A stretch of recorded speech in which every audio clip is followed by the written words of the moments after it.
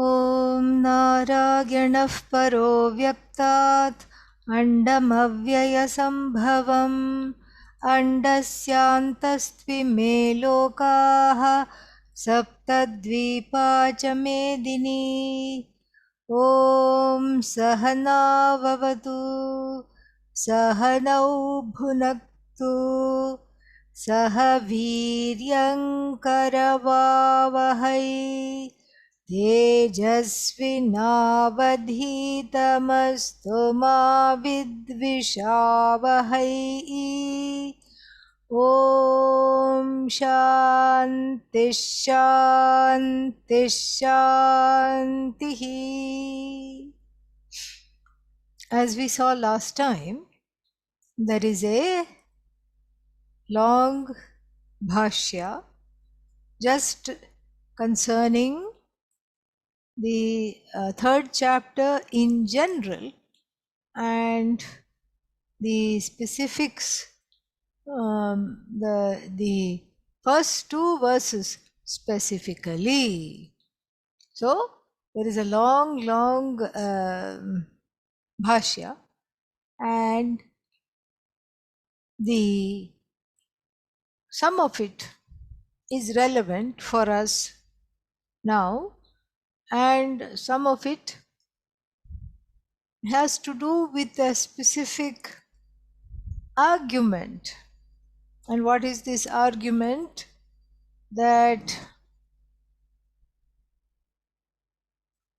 the path of liberation for householders is different than the path of liberation for those who have renounced and are monks.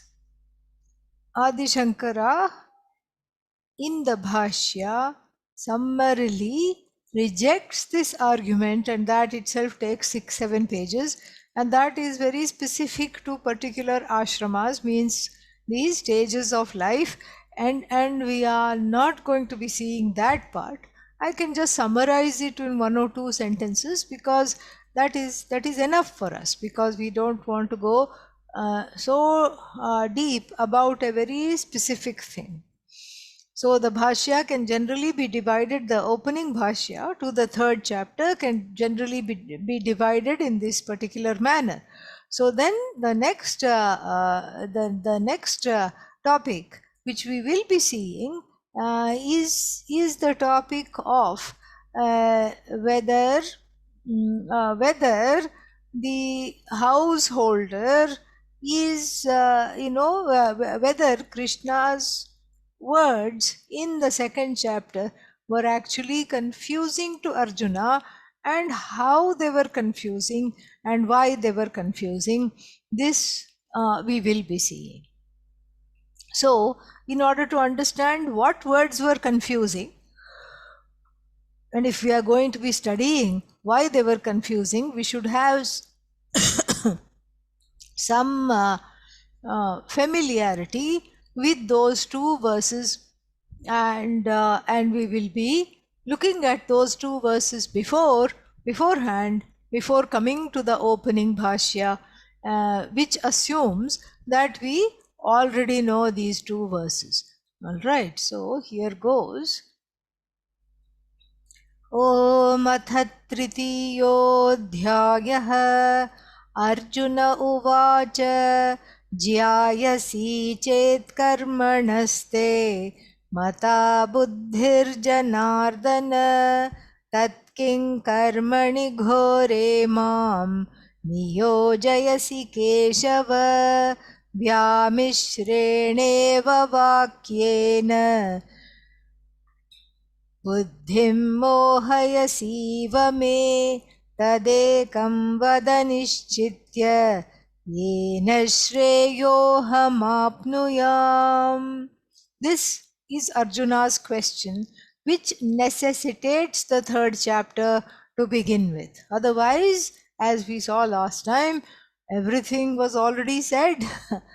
The knowledge had been given, and the way of life to lead, which is conducive to gaining this knowledge, to prepare the mind and the antahkarana to receive this knowledge. Inner maturity, emotional growth, spiritual growth, all the formula for that had already been given. In fact, the Bhagavad Gita could have just been a 2-chapter treatise. But thankfully for us, Arjuna asks this question. And what is the question? Let us see. Jyayasi. Jyayas means greater. Greater. And Jyayasi, feminine, because it is qualifying the word buddhi in the text. So jyayasi buddhi jyayasi chet karmana te mata he janardana o janardana. So karmanaha jyayasi buddhihi. Buddhi means knowledge here. Buddhi doesn't mean buddhi as in brain and faculty of knowing. So, karmanaha jyayasi buddhi. If you think knowledge is superior to action, te mata, in your opinion, if you hold that knowledge is superior to action, then this is what you have been extolling all the time: knowledge, all the time. Self-knowledge is the way to liberation, self-knowledge is the way to liberation, self-knowledge is the way to liberation. 108 times you said in chapter 2. You made a point of making a japa out of it, making a mantra out of it. And so this is what you have been maintaining throughout. And then you also said one more thing. What did you say? You said, therefore get up and fight. What kind of a thing is this? This doesn't make any sense at all. This makes no sense whatsoever. You are first saying that this knowledge is what frees. Karma binds. And these are all the ways that one should free oneself and devote oneself to knowledge. In fact, this is what you said the whole of the second chapter. You said there is no you don't have a say over the results of action, and all these things you told, wonderful things you told. And now what are you saying? And then you are telling me to fight. After telling me all these things, then you are asking me to get up and fight this terrible war, ghora karma. You are asking me to do karma. After extolling knowledge, you are asking me to do karma, action. What kind of action? Well, if it was the kind of action like, go please Arjuna, get me a glass of water or bring me some food to eat, I would have been fine with that. That's not the action you are asking me to do. You are asking me to fight this terrible war, which I told you at the very beginning, I don't want to fight. That was my first chapter. That was my soliloquy. It was my monologue. This was all what I said in the first chapter, and still you are relentless. You are asking me to fight when I'm telling you I don't want to fight. It's like saying knowledge liberates, karma binds, therefore go fight this Kurukshetra war. This makes no sense. Jyayasi buddhihi karmanaha te mata he janardana. Tat, therefore, kim tat karmani, tat ghore karmani, in that terrible, therefore, in this terrible war, in this terrible karma, where I have to kill all these people, kim niyojayasi? Why do you keep asking me to go there and do this war? So this is the first verse, meaning of the first verse. Then the second verse he continues. Vyamishreneva vakyena. Vyamishram means it looks like to me, from where I sit, O Krishna, it looks like your words are mixed up. See, he's not saying your words are mixed up. He says, it looks to me like your words are mixed up. From Arjuna, we learn how to ask questions. Buddhim mohayasi iva me. You are as though confusing me. As though your words I find confusing. Again, he's not saying, if he had just said Buddhim mohayasi me, then we would have said, oh, he has no shraddha, he doesn't know how to talk to the teacher. But he's not saying that. What does he say? That one word, iva, makes all the difference. I'm as though confused by your words. And I'm desperate for moksha. Take me seriously as a student. And I'm desperate for moksha, A, and I don't want to fight this horrible war, B. Both those things are there. That was already mentioned in the first line. So, therefore, ekam vada nishchitya. So, tell me something definitely. Don't tell me all these things and these are too many choices. You can do this, you can do that, and then you should do this, you should do that. All this I cannot handle. Ekam vada. Tell me one thing for sure.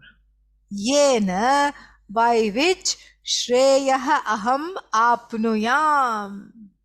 By which I can qualify for moksha. Tell me one thing.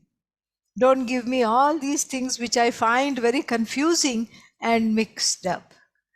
And so, these are the two verses that have attracted a 10-page commentary by Adi Shankara, which we are going to quickly see. And like I said, the commentary can be divided into two parts. One part is just talking about these two questions, which we will address, and the other part is getting into an argument with the Purva Pakshi, the person who makes all these objections, and keeping in view the times in which Adi Shankara lived, where there was this, where there were these people who thought that it would be nice to have a view of liberation from samsara that was not too drastic. Drastic means give up everything, take to a life of knowledge. They desperately wanted some kind of an amalgam of karma and moksha, and this is what they were doubting, but their argument has numerous holes, and then each hole is pointed out elaborately by Adi Shankara. And not only does the argument have numerous holes, it is contradictory to the Upanishads, which is also pointed out by Adi Shankara, and that's all we need to know about this particular argument called Jnana Karma Samuchchaya. We will revisit this argument later on in other places also, so we don't have to really break our heads over this. But the general question and Arjuna's confusion, that we will look at in a little bit of detail. So right at the beginning, Adi Shankara says, Shastrasya pravritti nivritti vishaya bhute dve buddhi bhagavata nirdishte.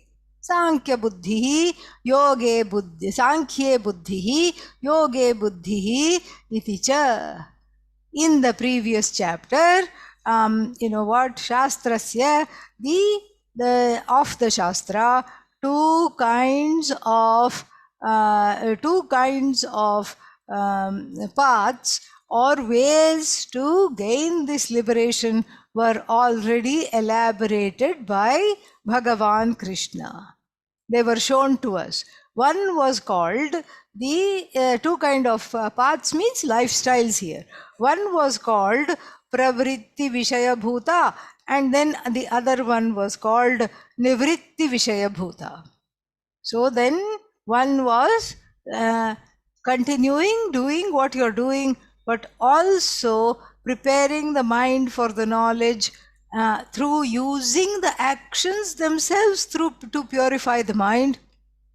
and the other one was the knowledge itself that liberates one from samsara. And that knowledge won't come until the preparation takes place. So the preparation, so this knowledge is entirely dependent on preparation, and the preparation is dependent upon using the karma for self-growth rather than for the results of action. This much was there. And then next Adi Shankara says, Tatra prajahati yada kaman iti arabhya adhyaya parisamaptehe sankhya buddhya shritanam sannyasam kartavyam uktva tesham tannishtataya evacha kritarthata ukta esha brahmi sthitihi iti. Tatra means in this context, prajahati yada kaman. So that the verses which talked about the sannyasi lakshana, the lakshana of not sannyasi, jnani lakshana. In those days, sannyasi and jnanis were used. The word sannyasa and jnanam was used interchangeably. So prajahati yada kaman, we saw that section where the person of knowledge, how does she or he behave, what is their conduct, and how do they interact in the world, all this was talked about.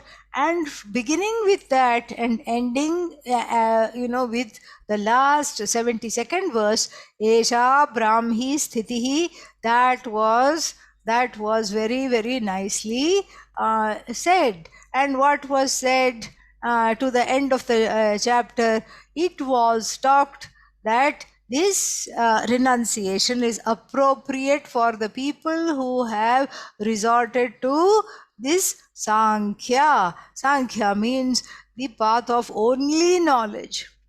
Not that the Karma Yoga also has knowledge. So the lifestyle that is where you become a monk and all you do is teach and study, that is what is called Sankhya Buddhi. So it was pointed out that they will reach their end by this. Then further, Arjunaya cha कर्मणि एव अधिकारः ते मा ते संगः अस्तु अकर्मणि इति कर्म एव कर्तव्यम् उक्तवान् योगबुद्धिम् आश्रित्य न ततः एव श्रेयः प्राप्तिम् उक्तवान्. But then after talking about the way of knowledge, that this is a lifestyle called the way of knowledge. This is a lifestyle. After talking about this committed lifestyle of how this knowledge takes place and how one can just focus on this knowledge completely, Arjuna was also told an important thing. What was he told? You, dear fellow, do not qualify for this. You do not qualify for this, it was told. Why was he told that? Because he had still raga dveshas to exorcise. He was not ready. Why was he not ready? Because he had a dvesha for the war and raga for even Duryodhana. Surprising as it is. He kept saying, this is my fellow, these are my people, and I can't disappoint my people, I can't fight with my people. So he was clearly not ready for this. And besides, he wanted to escape. He wanted to just leave. And that escapism from what needs to be done is a clear sign that one is not ready for the path of knowledge exclusively.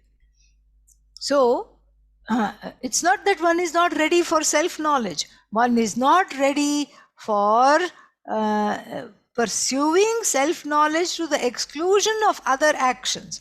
For that one is not ready. One is not ready to become a monk, because if one were ready, if Arjuna was ready to become a monk, he would have had no trouble fighting the war. He would have done it from a place of dispassion because that was the correct thing to do. And so But Arjuna is stuck here, and so therefore what? Therefore, it is clear that he is not ready for the lifestyle called Sankhya Yoga, which is only studies. Morning, noon, and night, you keep studying, keep studying, keep studying, keep studying. And you eat, sleep, dream Bhagavad Gita. That's what you do all the time. So this is the, he is not ready. This was also told. Arjuna was asked to resort to a lifestyle of action with the yoga buddhi, converting his action into yoga. Meaning, understanding that behind this action and the actor, there is, there is the presence of Ishvara, acknowledging the presence of Ishvara in all actions, and not being a karma phala holic, meaning not being addicted to the results of action, understanding that one does not produce the results, and he was told that this path would ultimately, we would ultimately make him ready for this knowledge, he was told. But he was not told that this path will directly lead him to moksha. That was not told elsewhere. That was not told. And so therefore Arjuna had this confusion. This is what Adi Shankara says. Tad etad alakshya paryakuli bhuta buddhihi Arjuna uvacha. So paryakuli bhuta buddhihi. So the buddhi, the mind, that was paryakula. Akula, agitated. Paryakula, agitated on all sides. That buddhi which was distressed from all sides, from that space the questions that we saw, the question was asked.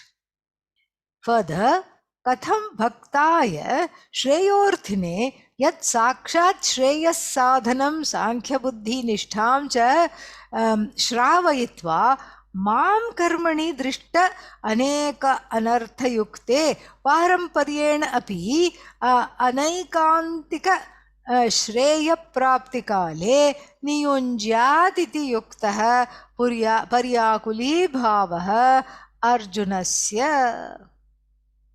युक्तः पर्याकुली भावः अर्जुनस्य.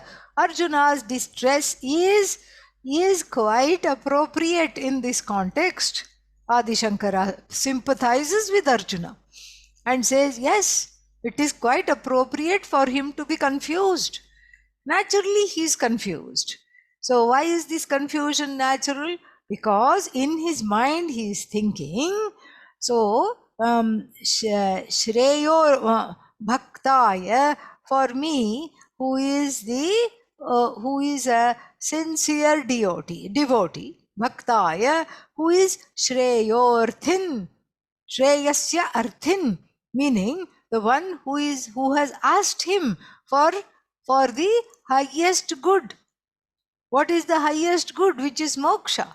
The one who had openly asked him for moksha, unto that one who was a bhakta, who was a devotee, and who had definitely asked him, what is the way to liberate myself from this terrible state of affairs I find myself in? And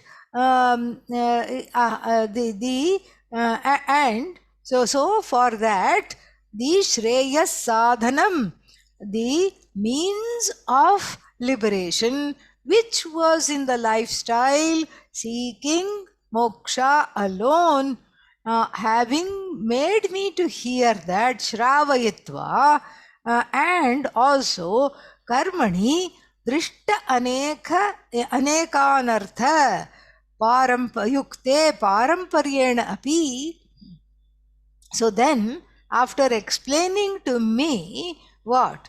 All the difficulties in the karma, how the karma is the hotbed of all kinds of terrible things, and then what else? Not only it is that, Paramparyena Api, anaikantika shreya prapti kale niyunjyat iti yuktah, meaning the anaikantika means of having many different ends. And then what is that?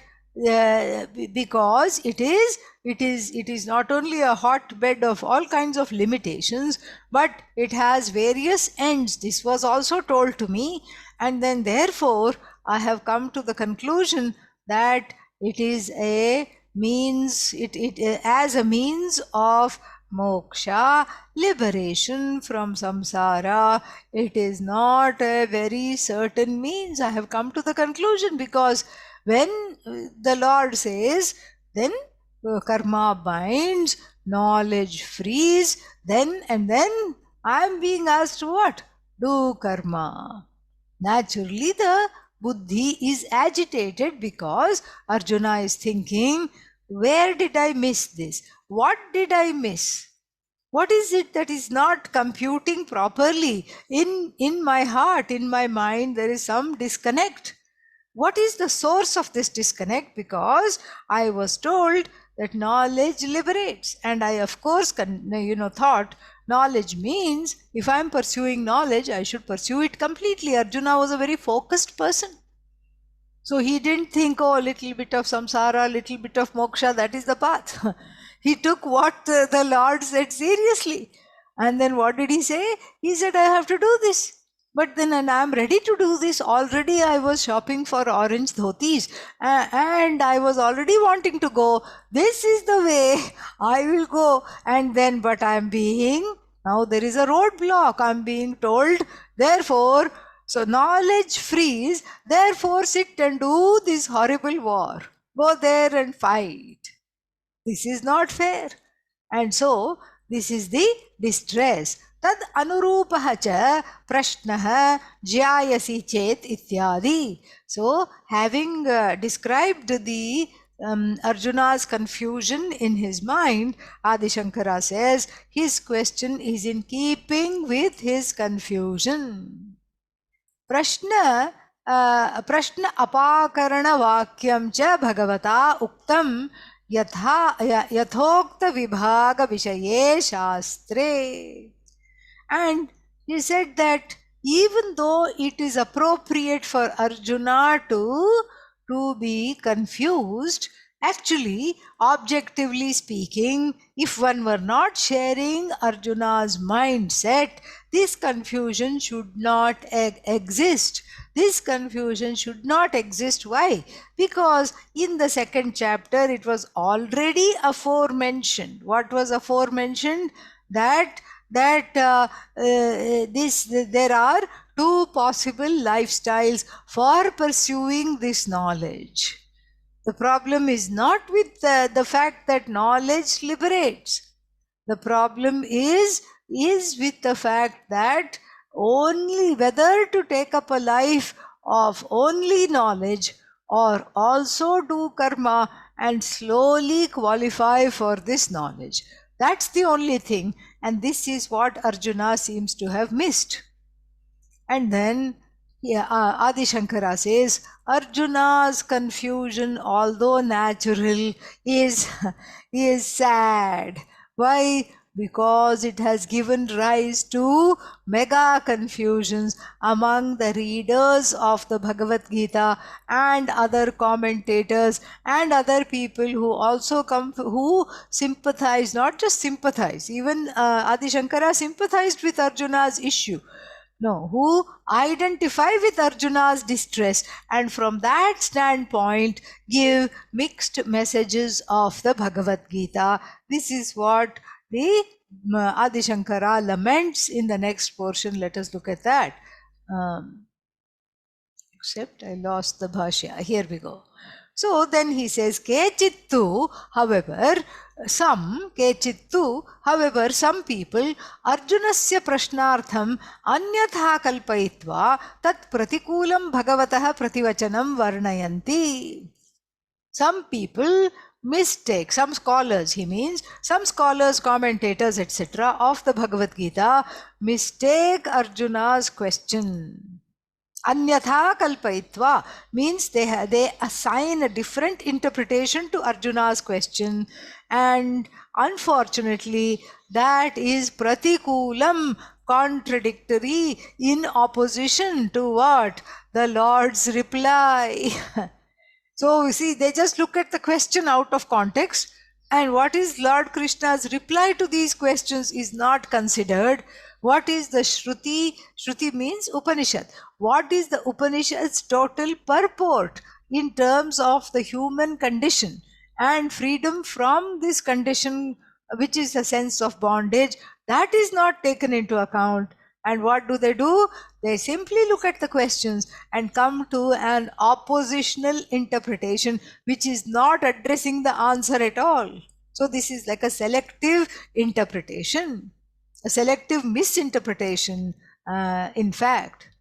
यथा च आत्मना सम्बन्धग्रन्थे गीतार्थे निरूपितः तत् प्रतिकूलं च इह पुनः प्रश्नप्रतिवचनयोः अर्थं निरूपयन्ति. Same thing. So in their introduction to the Gita, they give one thing as the object of the Gita, which is liberation, and then they interpret the question and answer it in their own way, opposing what they themselves said in the beginning. And we don't know which treatises Adi Shankara is referring to and whether they survived this, but obviously, or whether maybe they were not writing it, maybe they were teaching it.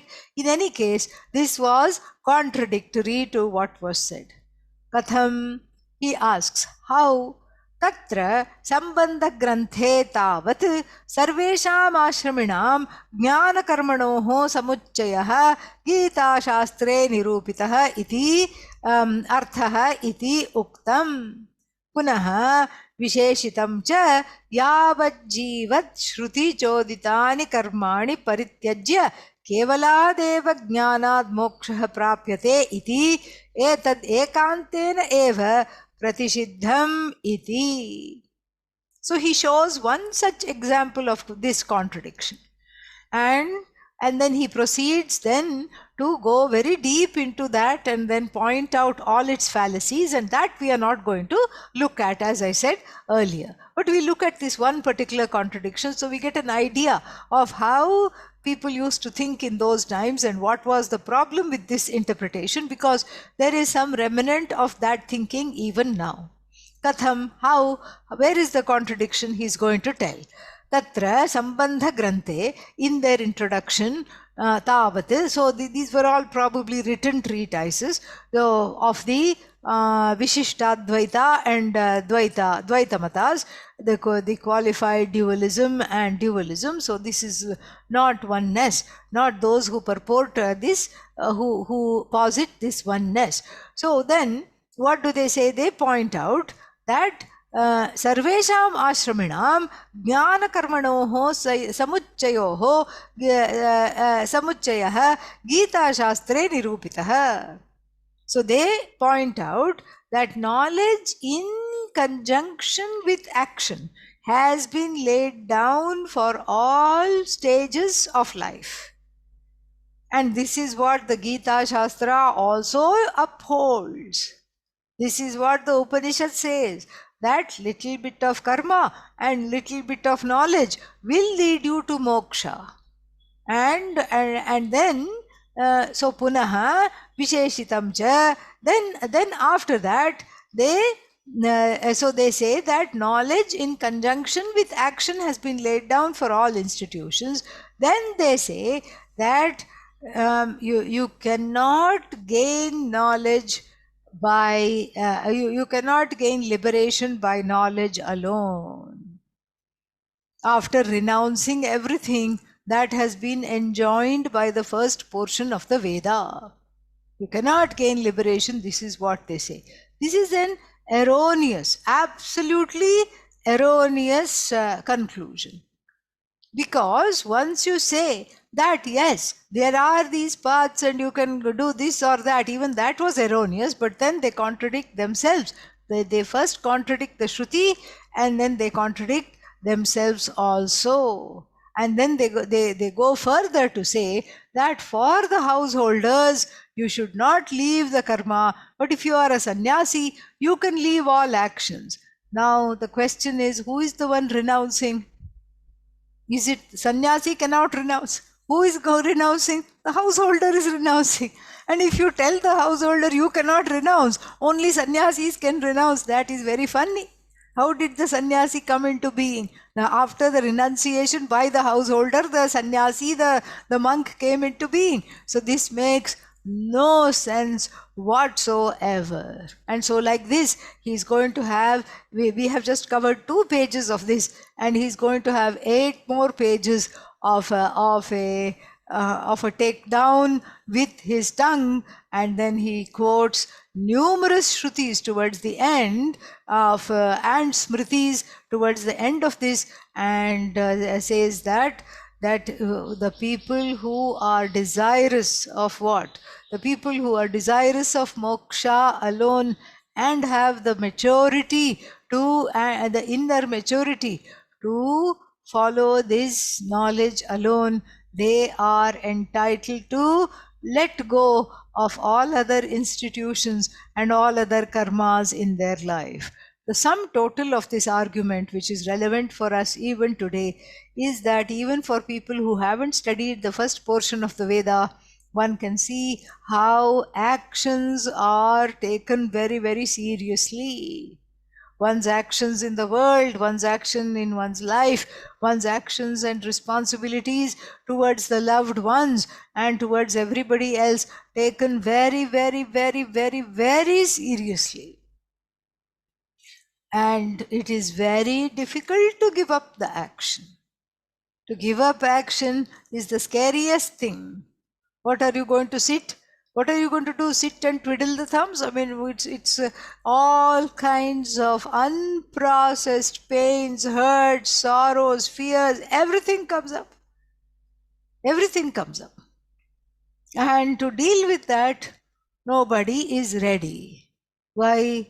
Because nobody means most people are not ready. Why? Because it is a lot.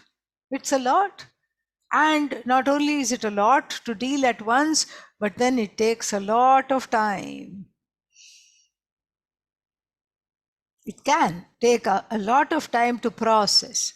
It's not an overnight thing. Oh, what was yesterday? Yesterday was the dark night of the soul, and now I'm ready for knowledge. Rarely does that happen, Even though it's called quote-unquote dark night of the soul, we should put S there, dark nights of the soul. It's not just one. It's not just one thing. And so therefore, this takes a while to gain this, to be comfortable living in one's skin with all of one's challenges and qualifications and potential, everything. To embrace everything takes time.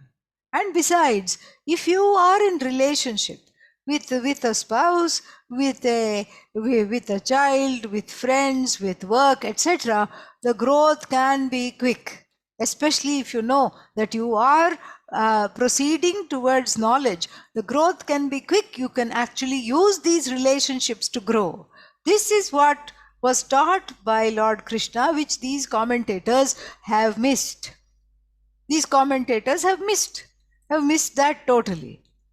And what is it that they have missed? They have missed the fact that knowledge is a preparation for moksha. It's not that there are 2 paths. Either I follow knowledge and then get moksha, or I follow karma and get moksha. Karma cannot lead to moksha. Karma can indirectly lead you to getting ready for moksha. Karma means action. Action, relationships, all these things.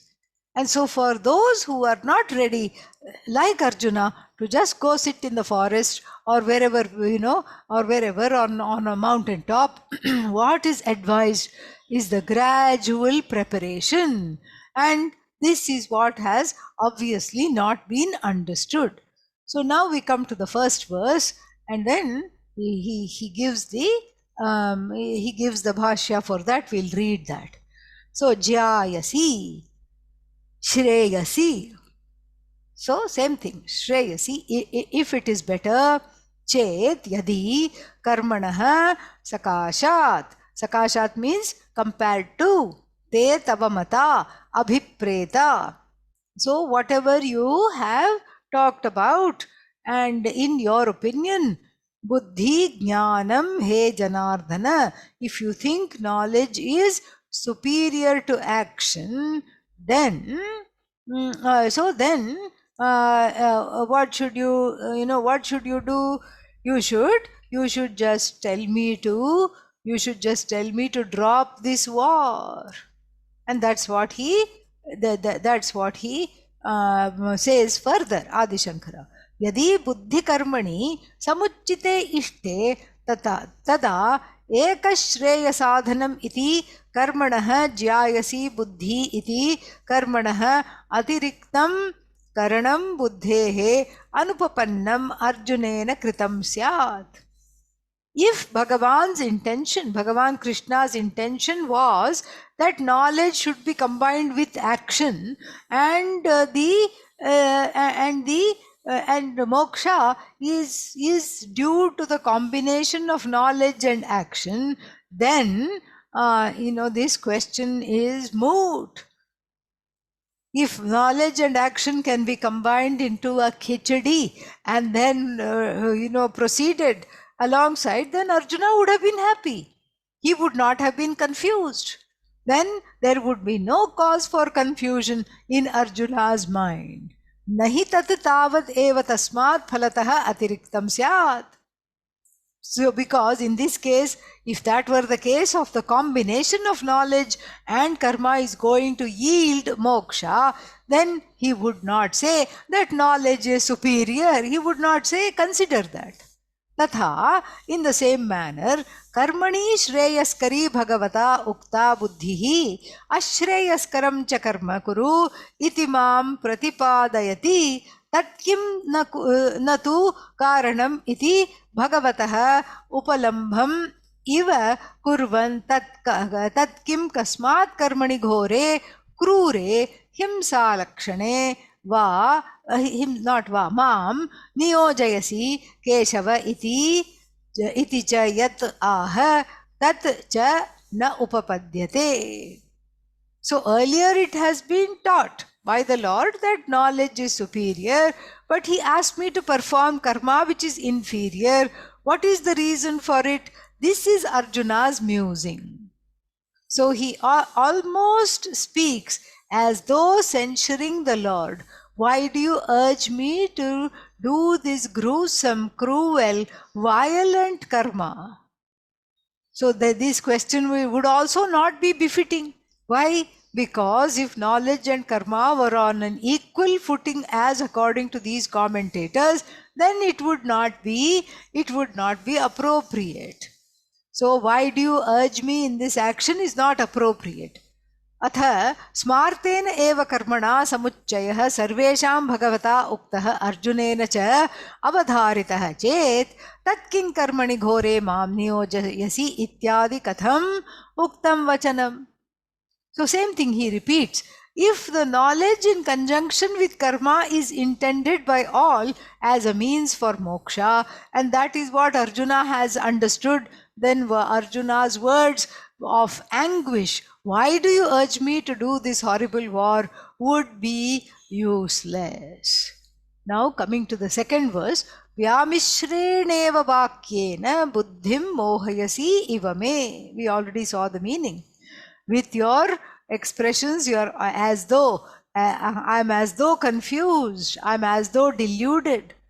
Please tell me certainly, what is it that I need to follow? And the Bhashya for that, Vyamishrena iva yadyapi vivikta abhidhayi bhagavan तथापि मम मंदबुद्धेः व्यामिश्रम इव भगवद्वाक्यम प्रतिभाति. Vivikta abhidhayi Bhagavan, even though the Lord has spoken with great clarity, tathapi, still Mama manda buddhehe, for me who is a bit dim-witted, Arjuna, this is Bhashyakara giving words to Arjuna's mouth. And for me who is a little bit dim-witted, manda buddhehe, vyamishram iva bhagavat vakyam pratibhati. The words of the Lord shine as though it is mixed up. So, tena mama buddhi mohayasi iva. Therefore, I am as though confused. Mama buddhi vyamoha apanayanaya, while enduring to drive off my delusion. Hi pravrittahatvam. This is what your intention is. Tu katham mohayasi atah bravimi buddhim mohayasi iva mama iti. So even though you endeavor to drive away my delusion, how come I am even more deluded? This is the idea expressed in Arjuna's question. And he spends a long time trying to paint the question is very skeletal, and Adi Shankara is painting, giving the question flesh, blood, skin tone, hair, nails, everything, and fleshing out the question completely, so that there is not a whiff of this half karma, half knowledge will lead me to moksha. This kind of an erroneous conclusion is not there. Tvam tu bhinna kartrikayoho jnana karminoho eka purusha anusthana asambhavam yadi manyase tatra evam sati tattayoho ekam buddhim karma va idam eva arjunasya yogyam buddhi shakti avasthana rupam iti nischitya vada bruhi येन ज्ञानेन कर्मणा वा अंतर्येण श्रेयः अहम प्राप्नुयाम. So, tvam tu bhinna kartrikayoho, if you consider that knowledge and action enjoined by these two different people, who sannyasis and people who are householders, cannot be followed at once by the same person at the same time. You have to choose one or the other. If that is your intention, please say what is appropriate for me, so that I may either follow knowledge or follow action and then gain liberation. And obviously Arjuna is mixed up here. He thinks that he should either be a householder or become a sannyasi. Householder means what? There is so much action to do. The Veda itself keeps you busy from morning to night, putting ghee in the sacrificial fire, in the homa. Even at night, the Vaidika is going like this, putting ghee like this with in sleep motions, like that, from morning to night. Busy. Do this, do that, do this, do that. And then there are all these 5 different kinds of yajnas. Do that to this one, Atithi yajna, Pitru yajna, Bhuta yajna, all these things towards other beings. There are, yajna means responsibilities. There are obligations towards other beings. You have to feed some non-human beings every day. And not just your pet dog. That is a form of Bhuta yajna, but some dog that you don't know, you give it some food. And in India, it's very easy. There are many street fellows all over the place. And in Rishikesh, they are all super affectionate. They should be wearing a board. Beware of super affectionate dogs. They just come and hug you. That's what they do. And all you have to do is go out of the house, have some milk, rice, whatever it is, and just put it there, and then 5-6 of them will come every day. And then, being territorial, the other 5-6 will go to some other place, and the same 4-5 dogs will be coming to visit you. But in other places, it's not so easy. So this is Bhuta Yajna. Pitrayajna, we cannot neglect our ancestors, parents and grandparents, because of whom, great grandparents, because of whom we have this body, we have this mind, we have this ability. They have literally given us this body, mind, sense complex. They have given us good samskaras, good upbringing. They have made us worthy to earn our living, and we express gratitude. So that is itself a small ritual every day. And how do you do that? You feed crows. Crows are symbolic of ancestors. So when the crow keeps saying ka ka ka on the on the branch of the tree, we say the ancestors have come with some blessings to us, and they are, they are going to visit us in some form. So you feed the crows. And that is one way. There are other ways, but this is the most common way of invoking the ancestors. So you feed street side animals, you feed the crow. You have to also feed one person you do not know, and literally you have to go out of the house, look to the left, look to the right, who is there to eat? And somebody will come, and then you feed them, and then you eat them. This is Manushya Yajna, Atithi Yajna. Deva Yajna, then you have an altar, and where all the sacred symbols are, you don't neglect Ishvara, and then you pray there and you offer some food there, all this. And think of how busy the householder is. And I tell you, once you start doing these things, it is impossible to leave, very difficult to leave, because you get attached to this. And then without those street dogs, your day does not start. They are so cute, and here they are, and then out of 5 of them, one did not come. What happened? Where did it go? Is it sick? Is it okay? Then you have to go in search of that and wonder what happened. And the other dogs will lead you to that, and that leads to much more karma. I have to then take it to the vet because it has a broken leg. That's why it didn't come to eat. And like this, it just keeps burgeoning.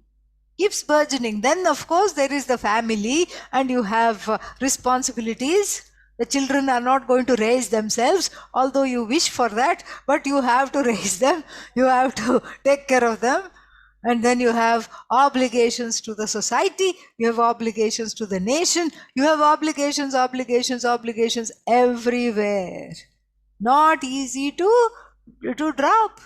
Very difficult to drop. To be able to drop that in the light of the understanding that all this is being taken care of. What did the crows do before I came here? What did the dogs do before I started to feed them? Obviously, they were fed. And then I can make arrangements for them to go somewhere else. Because right now, I just want to go inward and focus on myself. So this is easier said than done. And so it is very, very difficult to get rid of this kind of a attachment to karma and karma phala. So then this one sentence we can skip because it's quite it is the same thing actually. So we'll say then nahi bhagavata uktam anyatarat eva jnana karminoho vakshyami tam tava iti dvayam iti yena ubhaya prapti asambhavam atmanah manyamanah ekam eva prarthayet. It has never been taught by Bhagavan Krishna what? That I shall teach you only one. I'll teach you only knowledge or only karma, whichever you are fit for. But no, that's not what he was said. That's not what he said. He talked about knowledge, and he talked about action performed in the correct way, while letting go of the results of action, while having a little inner space and little dispassion, and performing action without recourse to the results, without getting addicted to the results. Karmas performed in this manner alone have the ability to give you the inner maturity needed then from that place to gradually drop things that do not belong. This is what the Lord said. This is what Ishvara said, Bhagavan said, this is what is said in the Upanishad.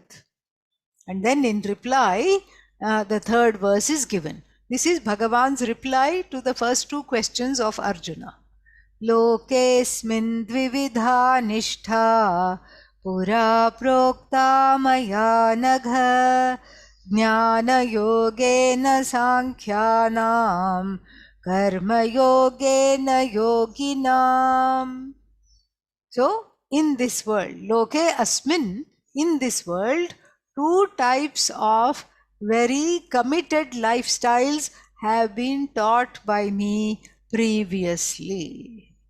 And the path of Sankhya, only following knowledge, is for the people who are ready to drop everything, i.e. sannyasis, and then for the rest of the people, the instruction is to continue doing whatever you want to do and be a yogi. What kind of a yogi?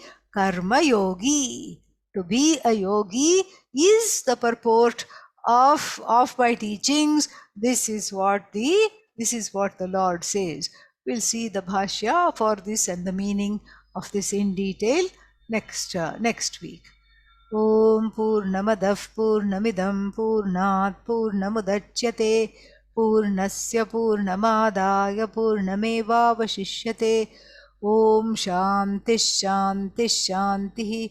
Harihi Om Shri Gurubhyo Namaha. Harihi Om. Thank you.